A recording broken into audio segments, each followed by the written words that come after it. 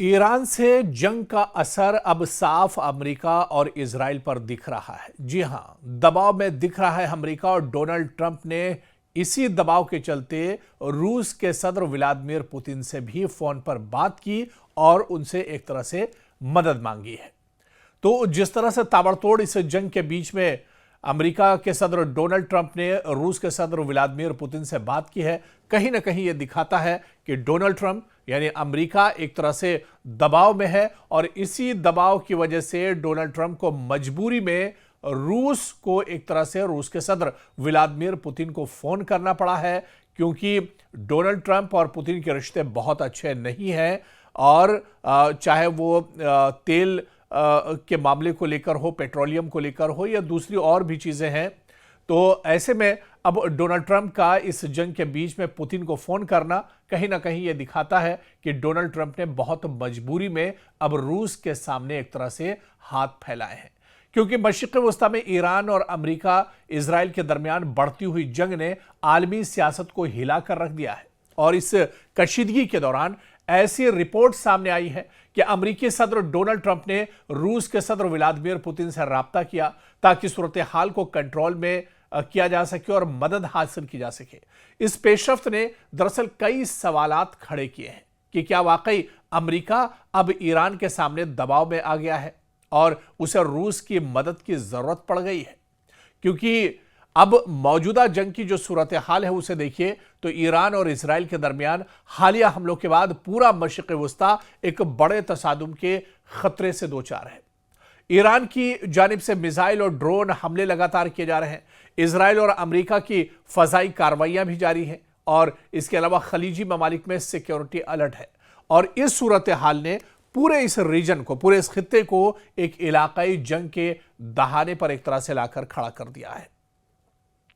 और कहीं ना कहीं अब अमेरिका दबाव का शिकार है और इसी दबाव में दरअसल डोनाल्ड ट्रंप ने रूस के सदर व्लादिमीर पुतिन से फोन पर बात की है। लेकिन आखिर यह दबाव है कैसा, इसे भी हम समझेंगे, क्योंकि जो एक्सपर्ट और माहिरीन है, तज्जियाकार हैं, उनके मुताबिक अमेरिका कई तरह के दबाव का सामना कर रहा है। जंग के फैलने का खतरा अब अमेरिका के सामने है, यानी अगर ईरान के साथ जंग बढ़ती है तो यह सिर्फ इजराइल तक महदूद नहीं रहेगी, बल्कि लबनान, शाम और खलीज के ममालिक भी इसमें एक तरह से शामिल हो सकते हैं।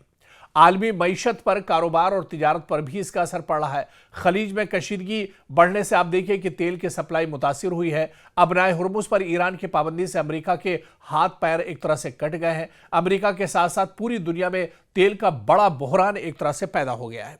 और इस बीच मशरिक़ वस्ता में अमेरिकी फौजी अड्डों पर भी लगातार ईरान टारगेट कर रहा है। यानी मशरिक़ वस्ता में जहां जहां अमेरिका के एयरबेस हैं, अमेरिका की तंसीबात हैं, उन्हें ईरान लगातार टारगेट कर रहा है। यहां तक कि इराक और शाम और खलीजी ममालिक में मौजूद अमेरिकी फौजी अड्डे ईरानी हिमायत याफ्ता ग्रोहों के मुमकिना हमलों के एक तरह से खतरे में है।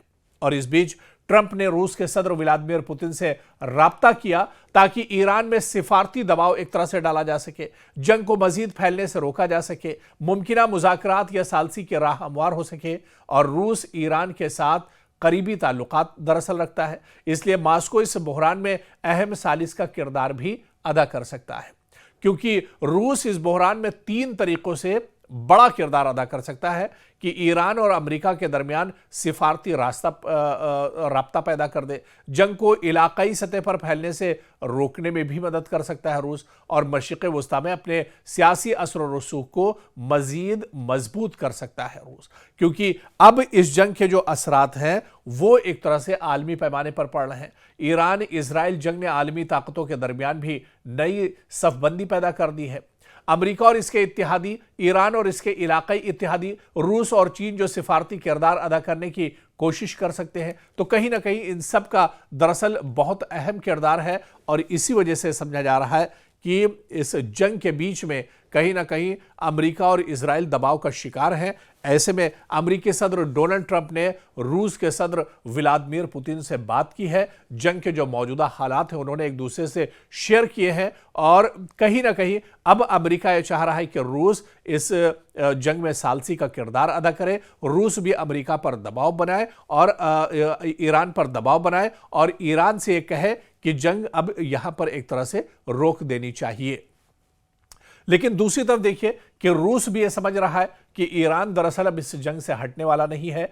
ईरान में जिस तरह से supreme leader Ayatollah Ali Khamenei की शहादत हुई, ईरान पर जिस तरह से इजराइल और अमेरिका ने ताबड़तोड़ हमले किए हैं, अब दरअसल ईरान की नाराजगी बहुत ज्यादा है, ईरान बहुत ज्यादा गुस्से में है और ईरान अभी तक इस जंग में अगर देखा जाए तो अमेरिका और इजराइल पर 20 साबित हो रहा है। यानी इजराइल और अमेरिका का काफी नुकसान ईरान ने किया है। इस वजह से ईरान अब इस जंग में किसी भी तरह के दबाव में आने वाला नहीं है। यानी रूस का दबाव भी अब ईरान पर बेअसर एक तरह से साबित होगा।